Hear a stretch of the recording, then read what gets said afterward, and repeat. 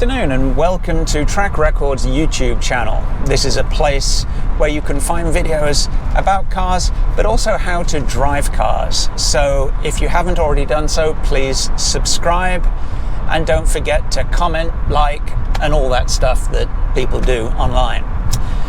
Today we're heading out to my friend Nigel's house to pick up his new car. Let's stop there. You may be saying this looks eerily similar to the last video you did. Well, it is. I had additional footage of the interior of the car and in particular of the screens and controls that I wanted to show you, but I didn't want to make that first video too long, so let's get back to it. There are three profiles you can put in this car and they come up on the main screen. So you can have one for each of the principal drivers, but there's also a guest profile as well, which is the one that I'm using. So you can customize everything to your heart's content, and you just press your profile and it will do all the settings based on whatever your profile says. So things like the mirror positions, where you like to have the seat, I presume the settings for the HVAC, favorite radio channel, all that kind of stuff, I imagine, is covered in those profiles. I could see myself driving long distance in this car, and that's, I think, what it's meant for.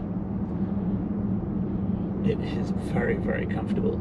The dog likes it. She's gone to sleep. She came in, got down on the floor in the front and immediately went to sleep. It's very quiet in here. I'm not sure what this fashion is for these huge, great big grills at the moment, but this one is massive and definitely very Bentley-esque, I would have to say.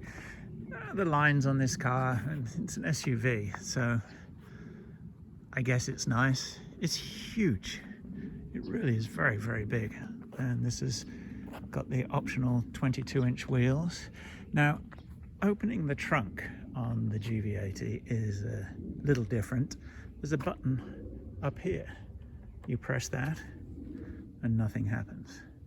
You press it and then it does finally open.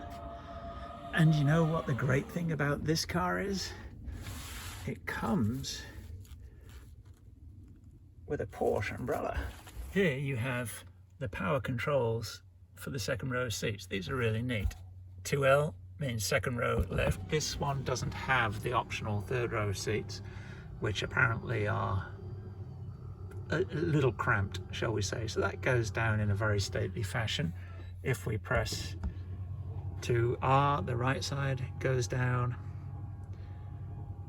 And if the passenger seat or the driver's seat is too far back for it to move, it will actually stop. That I know because I just tried it. If we now press both buttons together, the whole seat comes back up. Isn't that good? Very nice. And there is there's a ton of room back here. That is a very big trunk.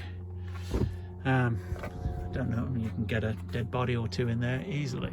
To close it, we press the button, it beeps and goes down in a very sedate manner and then locks itself. The doors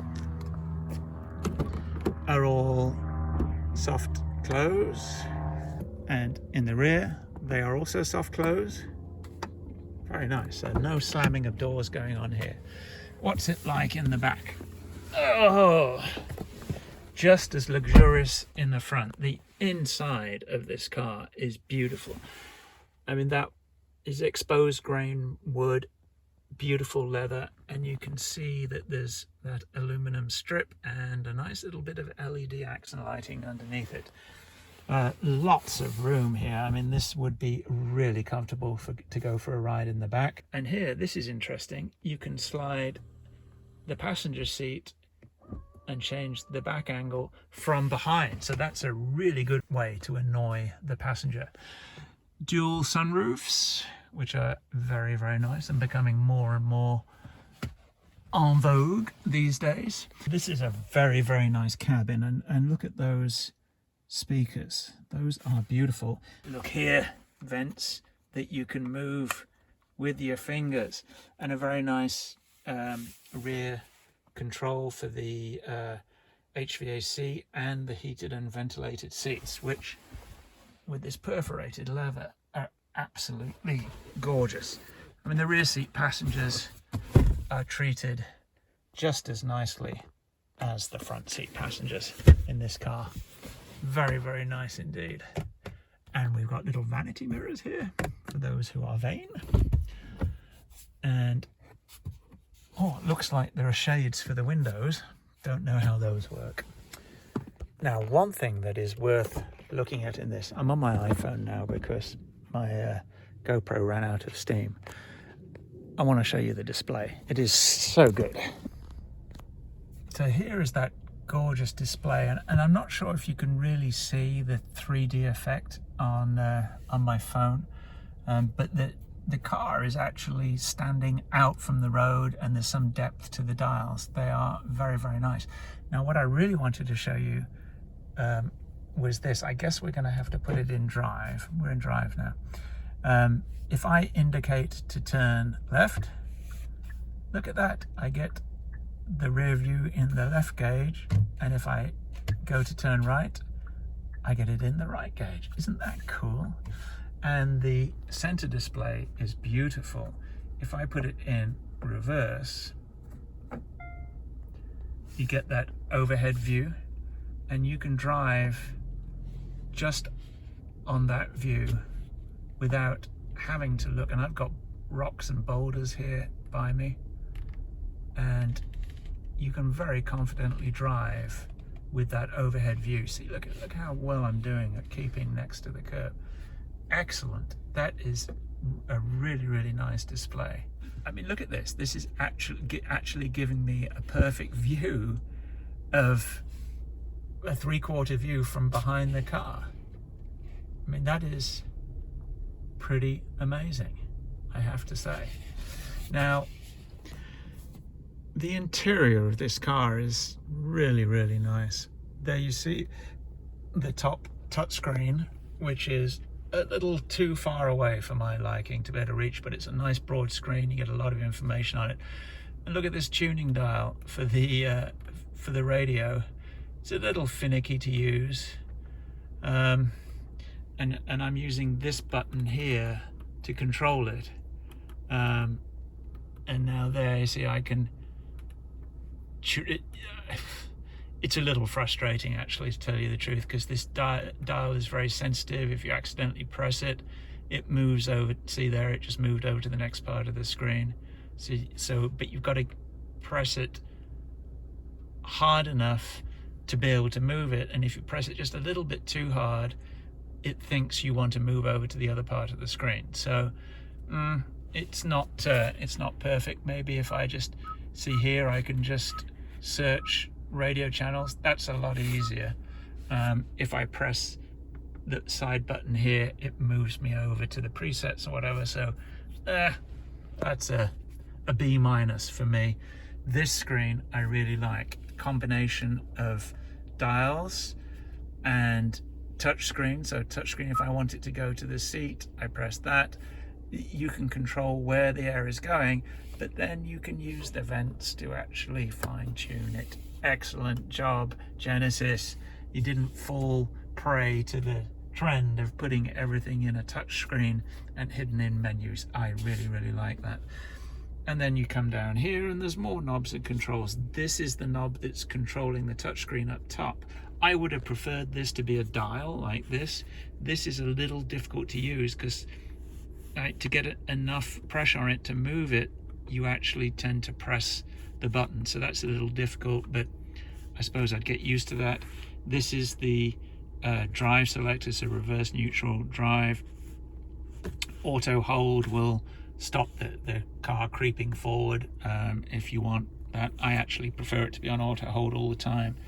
And if this is the same as the Hyundai's, it doesn't stay on that setting. You have to do it each time. And then we've got another set of buttons over here which give the drive mode, parking assist, parking cameras, hill hold, lock for the all-wheel drive. So the buttons are a bit all over the place, but I guess it works. And then we've got the ubiquitous cup holders. You press that there, storage with knickknacks. Actually, that's one of my knickknacks. I need that, my piece of paper. And very small box, basically for the user manual, but very nicely designed in here, I must say.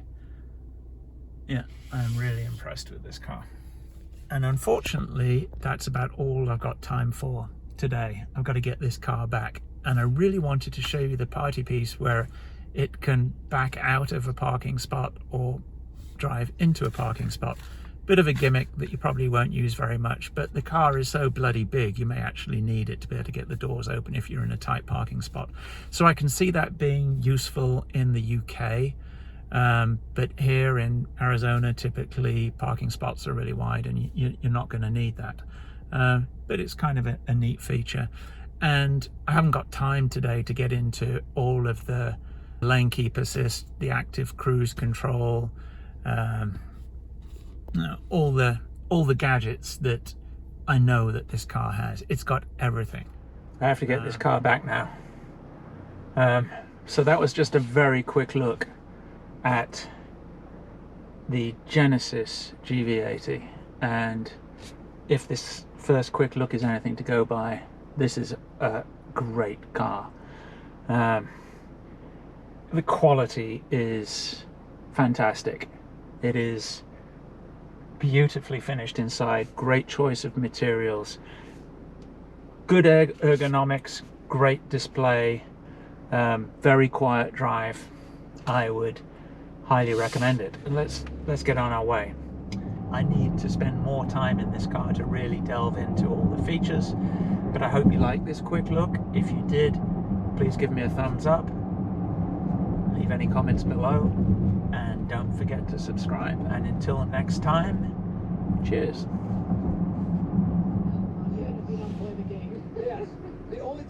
Now, I'm not very familiar with the size of this garage or the size of this car, so it would be much better if I could put the camera on. Here we have the parking camera in the front and the overhead camera, so I can see how close I am to the wall, and I can park using just that camera.